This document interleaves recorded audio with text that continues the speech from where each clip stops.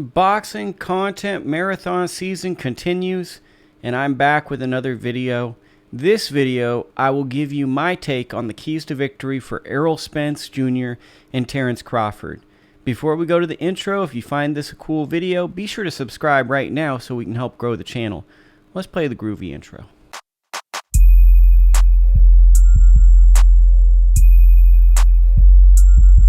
So when I first look at this fight, there's one key thing I look at, and it's volume. Terence Crawford is one of the most amazing fighters I have ever seen in the last 10 to 15 years. The one issue I have had with him that I've always kind of wondered if it would catch up to him is his volume. He's not the biggest output guy in terms of fighting. How does he offset that? Well, Terence Crawford has brilliant timing, great power, sets traps, and is able to hurt and stop his opponents. As my good friend Mark Nash pointed out in the comments of one of my recent videos, shout out to Mark, I thought that Crawford actually didn't stop John Molina. He did stop John Molina. I always forget because John Molina was originally going to fight Danny Garcia. I think that was the rumor, and then he took the Crawford fight and got stopped. It was Victor Postal. So as he's gotten up higher in weights, he's actually been a better finisher.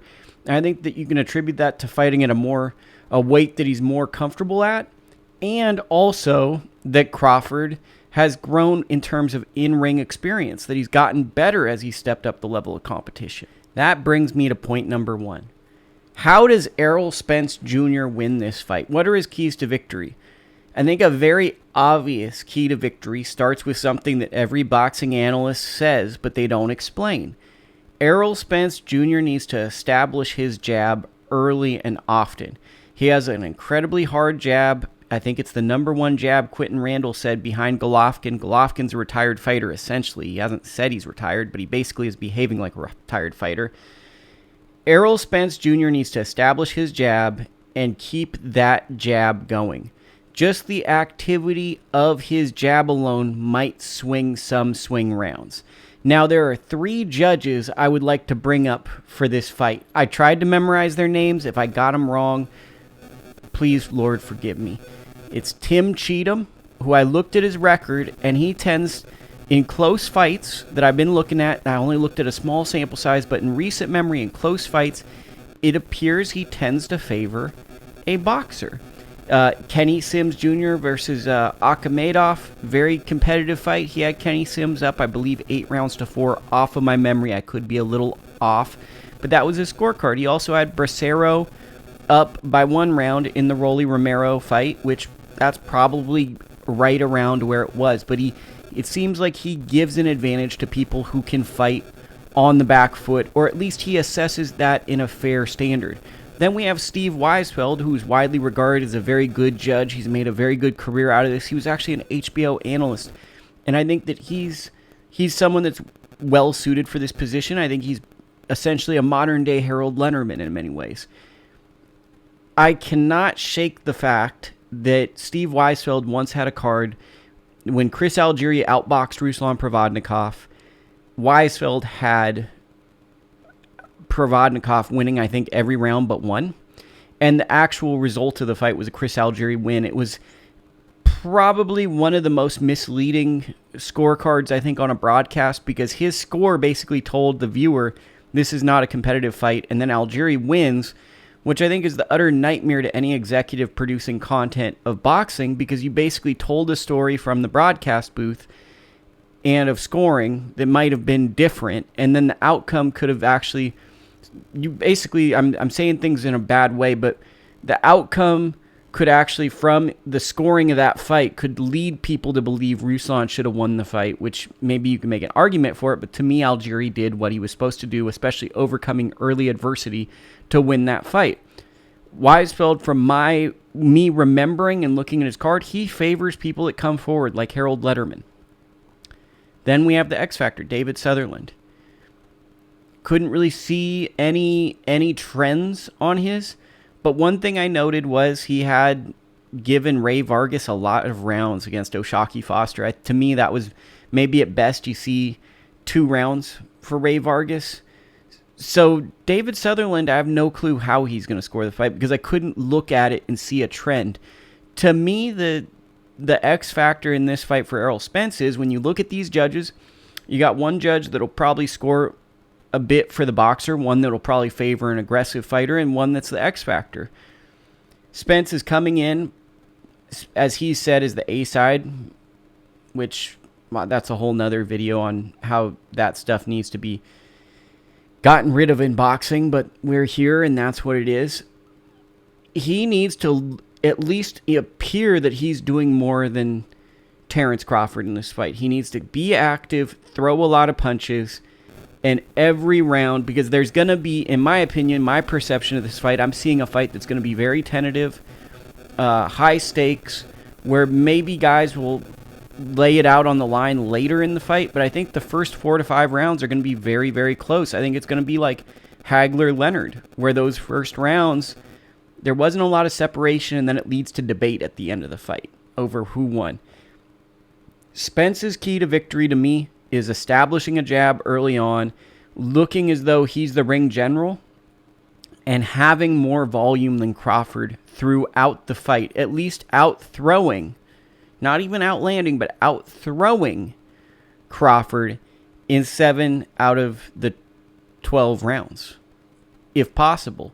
I think the path to victory for Spence is he has to be busy. He has to set the tone, implement a game plan, which I think should start and end with an effective jab, be willing to throw some combination punches, but not get greedy, and just be active. Because his activity, and if he is aggressive in a methodical manner with a high IQ, he could possibly pull off some swing rounds. So my key to victory for Errol Spence Jr. is quite simple. Establish the jab and stay active when the fight may hit lulls. Now, my key to victory for Terence Crawford, how do you stop a great counterpuncher, is kind of what my esoteric question would be. What do you guys do? And I could ask it to everyone, and it's like if you go to a college class and you ask a question to the audience, everyone kind of goes, well, we didn't pay thousands of dollars of money to be here and actually participate. We want to listen to you give a great speech. So I'm not going to do that to you. I'm not going to ask you that. But for Terence Crawford to win this fight, it's quite simple to me. He has to set traps and make the counter puncher in Errol Spence, who Errol Spence is naturally, he's a aggressive fighter, but his temperament is to work behind a jab and counterpunch. He's a boxer counterpuncher, if I were to establish it. And what Terence Crawford needs to do is he needs to get Errol Spence to bite on the wrong things that he's seeing. So he needs to counter the wrong counters. So what Terence Crawford needs to do to be successful is early on establish when Errol Spence is trying to throw his jab or have high output, land something of meaning early on by setting a trap and then countering. This could be a left hook. This could be as simple as a jab, but he needs to make Errol Spence early on lower his punch volume based on every time he throws a shot that he sees coming, he starts to doubt if that shot can be effective or if that shot can land.